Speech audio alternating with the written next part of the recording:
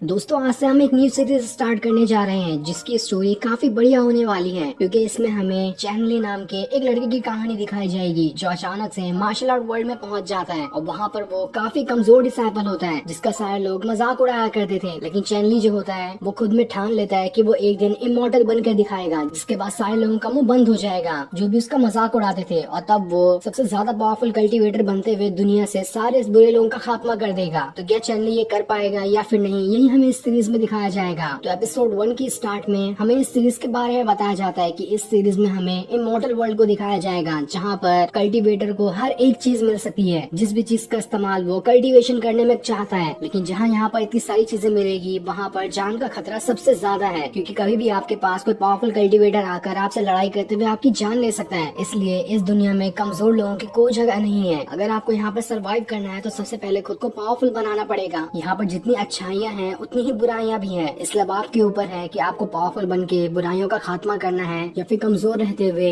दूसरों की बुली सहना है। जैसा आप फैसला लेंगे आपकी जिंदगी वैसे ही चलने वाली है। जिसके बाद हम चैन ली को देखते हैं जो अपने कुछ दोस्तों के साथ एक हिडन पैलेस के अंदर आया होता है, जहाँ आने के बाद उन्हें एक मिशन दिया गया था और ये मिशन उन्हें उनके सेट से ही दिया गया होता है, क्योंकि यहाँ पर उनका मिशन है कि उन्हें 4 मास्टर को यहाँ पर बचाना है, जिन मास्टर को एक एम्पायर ने यहाँ पर कैद करके रखा है, क्योंकि उस एम्पायर का एक सीक्रेट प्लान था जिसके पास एक काफी ज्यादा पावरफुल पिल थी। उसका इस्तेमाल करते हुए वो दुनिया के सारे पावरफुल जो कल्टीवेटर या फिर एम्पायर हैं उन सभी को अपने कंट्रोल में लेना चाहता है, जिसके बाद सारी दुनिया उसके कंट्रोल में आ जाएगी। लेकिन जब उन मास्टर को इस बारे में पता चला तो सभी वो उस एम्पायर को रोकने के लिए आ गए थे, लेकिन एम्पायर ने अपनी चालाकी का इस्तेमाल करते हुए उन चारों के चारों मास्टर को यहाँ पर कैद कर लिया है और उन्हीं मास्टर को बचाने के लिए यहाँ पर चैन ली और उसके दोस्तों को भेजा गया है, ताकि यहाँ पर एम्पायर के सारे साथियों को मार कर उन चारों के चारों मास्टर को ये लोग बचा ले। इसलिए चैन ली और बाकी सभी उन सारे के सारे लोगों से फाइट करना शुरू कर देते हैं जो कि एम्पायर के साथ ही थे। इस लड़ाई में चैन ली के जितने भी दोस्त होते हैं वो सभी तो काफी ज्यादा पावरफुल कल्टीवेटर थे, लेकिन चैन ली तो यहाँ पर कुछ ही टाइम पहले आया था, इसलिए उसके पास कोई भी पावर नहीं होती है, न ही उसे ठीक तरह से लड़ना आता था। इसी वजह से वो हमेशा सारे लोगों की बुली सहते हुए आया है। इसके बाद उन सभी को उनके मास्टर की आवाज आती है जो सभी से कहते हैं तुम्हें 3 घंटों के अंदर उस एम्पायर को मार कर उन सारे के सारे मास्टर को आजाद करना है। अगर तुम्हें 3 घंटों के अंदर इस काम को नहीं पूरा किया तो मैं तुम्हें तुम्हारे कल्टीवेशन रिसोर्सेस नहीं दूंगा। इसलिए अगर कल्टीवेशन रिसोर्सेस चाहिए तो इसके लिए तुम्हें जल्द से जल्द इस काम को पूरा करना पड़ेगा। ये सुनकर सारे लोग ये काम करने के लिए तैयार हो जाते हैं, लेकिन चैन ली थोड़ा घबराया होता है क्योंकि आज से पहले वो कभी भी इतने खतरनाक मिशन में कभी नहीं गया था। ये सुनकर उसके बाकी दोस्त जो होते हैं वो सभी कह रहे होते हैं हमने तो इस मुसीबत को बिला वजह ही यहाँ पर लेकर आ गया। उस एम्पायर और उसके साथियों के साथ साथ हमें इसकी भी जान बचानी होगी, वरना ये मर गया तो हम मास्टर को क्या जवाब देंगे। ये सुनकर चैन ली को काफी ज्यादा गुस्सा आ रहा होता है कि आखिर हर बार ये लोग मेरा मजाक क्यों उड़ाते रहते हैं। इसके बाद वो सभी कहते हैं हमें 2 ग्रुप में बट जाना चाहिए, क्योंकि अगर हम चारों एक साथ रहेंगे तो अगर कोई बड़ा खतरा आया तो हम चारों की एक साथ जान जा सकती है। इसलिए हमें अलग अलग होकर 2 ग्रुप में बट जाना चाहिए। लेकिन जैसे वो 2 ग्रुप में बटने वाले होते हैं तभी उन्हें ऐसा लगता है कि यहाँ पर कोई आ रहा है, इसलिए वो सारे के सारे लोग वहाँ पर सावधान हो जाते हैं और उन लोगों में सबसे पीछे चैन ली ही खड़ा होता है, क्योंकि सबसे ज्यादा वही डरा हुआ था। तभी वहाँ पर एक आदमी आता है जो कि जानवरों जैसा चलते हुए आया था, और ये कोई और नहीं बल्कि उन्हीं 4 मास्टर में से एक होता है जिन्हें यहाँ पर वो लोग बचाने के लाए थे। और अभी यहाँ पे वो मास्टर पूरी तरह से उस एम्पायर की पावर में पोजेस हो गया होता है, इसलिए वो चैन ली और उसके साथियों पर अटैक किए जा रहा था। ये देखो सारे लोग घबरा जाते हैं कि अरे हम इस मास्टर से कैसे लड़ेंगे, लेकिन तब भी वो अपनी पावर का इस्तेमाल करते हुए उस मास्टर से लड़ने की कोशिश कर रहे होते हैं। लेकिन वो मास्टर तो काफी ज्यादा पावरफुल दिखाई दे रहा था। वो अपनी पावर का इस्तेमाल करते हुए सभी को उठा उठा कर फेंके जा रहा होता है, जिससे लड़ने की किसी के अंदर भी हिम्मत नहीं थी। और जैसे वो चैन ली को मारने वाला होता है तभी वहाँ पर एक लड़की आ जाती है जो चैन ली को वहाँ पर बचा लेती है, लेकिन तब वो मास्टर अपनी पावर का इस्तेमाल करते हुए उस लड़की को उठाकर वहाँ से दूर फेंक देता है। और जैसे दोबारा से चैन ली के ऊपर अटैक करने वाला होता है ये सीन यहीं पर कट हो जाता है। जिसके बाद हमें 3 महीने पहले की कहानी बताई जाती है, जब यहाँ पर चैन ली पहली बार आया था। वो कहता है मैं तो अपने घर में बैठकर वर्ल्ड कप देख रहा था, लेकिन तभी अचानक से ऐसा क्या हो गया जो मैं वहाँ से गायब होते हुए सीधा यहाँ पर आ चुका हूँ। न जाने ये दुनिया कैसी है, मुझे तो इस दुनिया के बारे में कुछ पता भी नहीं, न ही यहाँ पर मोबाइल है न ही कुछ और। ऐसा लग रहा है कि मैं एंशिएंट दुनिया में आ चुका हूँ, जहाँ पर सारे लोगों के अंदर बस पावर की भूख है, और जिसके पास भी पावर नहीं होती है सारी दुनिया उसे बुली करना शुरू कर देती है। इसके बाद हम चैन ली को देखते हैं जिसके कमरे में एक छोटा लड़का आता है जो कि उसी के कमरे में उसके साथ रहता है, और ये दोनों हमेशा बुली का शिकार होते हैं क्योंकि इन दोनों के पास कुछ भी पावर नहीं है, और जितने भी यहाँ के सीनियर डिसाइपल हैं इन दोनों को परेशान करते रहते हैं। तब वहाँ पर एक सीनियर डिसाइपल आता है जो चैन ली से कहता है तुमने अभी तक सुबह से कपड़े नहीं धोए, मैंने कब से तुम्हें सारे कपड़े देकर गया था धोने के लिए। तुम्हें कपड़े धोने के बाद वहाँ पर जितनी भी टप रखी हुई है उसे भी भरना है, और ये सारा पानी पहाड़ पर जाकर लेकर आना होगा तुम्हें। जो काम शाम होने से पहले हो जाना चाहिए, अगर शाम होने से पहले ये ड्रम नहीं भरा तो देख लेना तुम्हारी तुम्हारी हालत बहुत खराब कर दूंगा मैं। चैन ली उससे कहता है इसका ये मतलब नहीं कि मैं कमजोर हूँ तो तुम हमेशा मुझ पर अपने काम डालते रहोगे। लेकिन वो डिसाइपल कहता है जूनियर को हमेशा सीनियर की बातें माननी होती है, अगर तुमने ऐसा नहीं किया तो देख लेना मुझसे बुरा कोई भी नहीं होगा। ये सुनकर चैन ली भी परेशान हो जाता है क्योंकि अब उसे ये काम करने के अलावा उसके पास दूसरा चारा भी नहीं था। और जब वो वहाँ से जा रहा होता है तब वो सीनियर डिसाइबल से ये कहते हुए जाता है कि कुछ टाइम बाद यहाँ पर जो मार्शल आर्ट कंपटीशन होने वाला है उसके सभी लोग यहाँ पर आएंगे जिन लोगों ने भी मार्शल आर्ट कंपटीशन के अंदर हिस्सा लिया है, इसलिए तुम्हें गेस्ट रूम को अच्छे से साफ करना है क्योंकि सभी वहीं पर ठहरने वाले हैं। अगर तुमने उसे साफ नहीं किया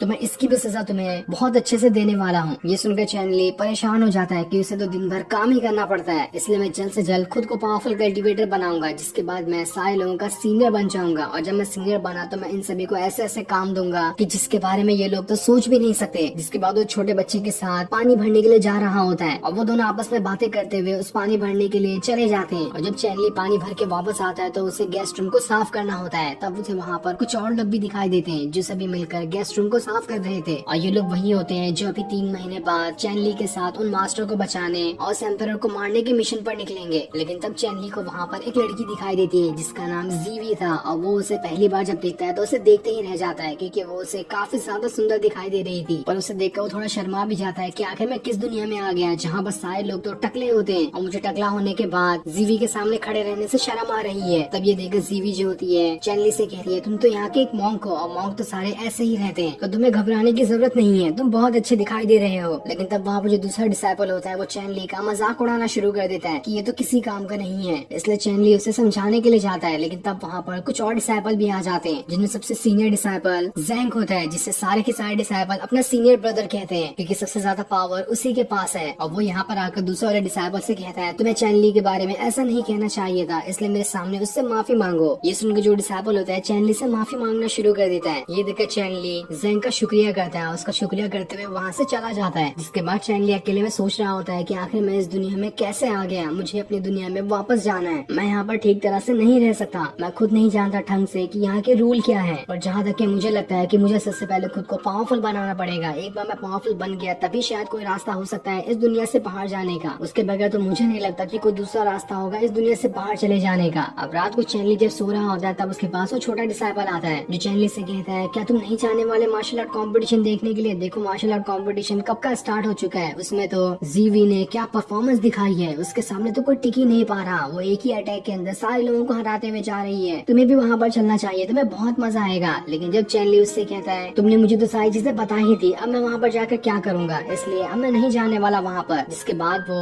जीवी के बारे में ही सोचना शुरू कर देता है और खुद में कहता है एक दिन वो भी जरूर आएगा जब मैं खुद को भी पावरफुल बनाऊंगा और उस मार्शल आर्ट कंपटीशन के अंदर हिस्सा ले पाऊंगा क्योंकि उसमें कमजोर डिसाइपल की कोई जगह नहीं है। इसके बाद हम उसी मिशन को देखते हैं जहाँ पर चैन ली और बाकी सभी उस एम्परर को मारने के लिए आए थे। तब वहाँ पर जो मास्टर होता है उन सभी के ऊपर अटैक करने वाला था, लेकिन तब वहाँ पर जीवी आ जाती है जो उस मास्टर के ऊपर अटैक करते हुए उसे उठाकर वहाँ से दूर फेंक देती है और अपनी पावरफुल स्वॉर्ड का इस्तेमाल करते हुए लगातार उस मास्टर के ऊपर अटैक किए जा रही थी। जिसके सामने वो मास्टर तो ठीक तरह से टिक भी नहीं पा रहा था, लेकिन वो मास्टर भी इतनी जल्दी कहाँ हार मानने वाला था, वो भी अपनी पावर का इस्तेमाल करते हुए जीवी के ऊपर लगातार अटैक किए जा रहा होता है। और अब इन दोनों के बीच काफी घमासान लड़ाई शुरू हो जाती है, दोनों एक दूसरे के ऊपर लगातार अटैक किए जा रहे थे जिन दोनों का अटैक बराबर का ही लग रहा था। लेकिन तब भी जीवी अपनी पावरफुल स्वॉर्ड का इस्तेमाल करते हुए ऐसा खतरनाक स्लैश अटैक उस मास्टर के ऊपर कर देती है कि वो मास्टर वहीं पर मारा जाता है। ये देखकर सारे लोग हैरान और खुश हो जाते हैं कि चलो यहाँ पर मास्टर से तो उनकी जान छूट गई और फिर ये सीन दिखाते ही ये एपिसोड यहीं पर एंड हो जाता है।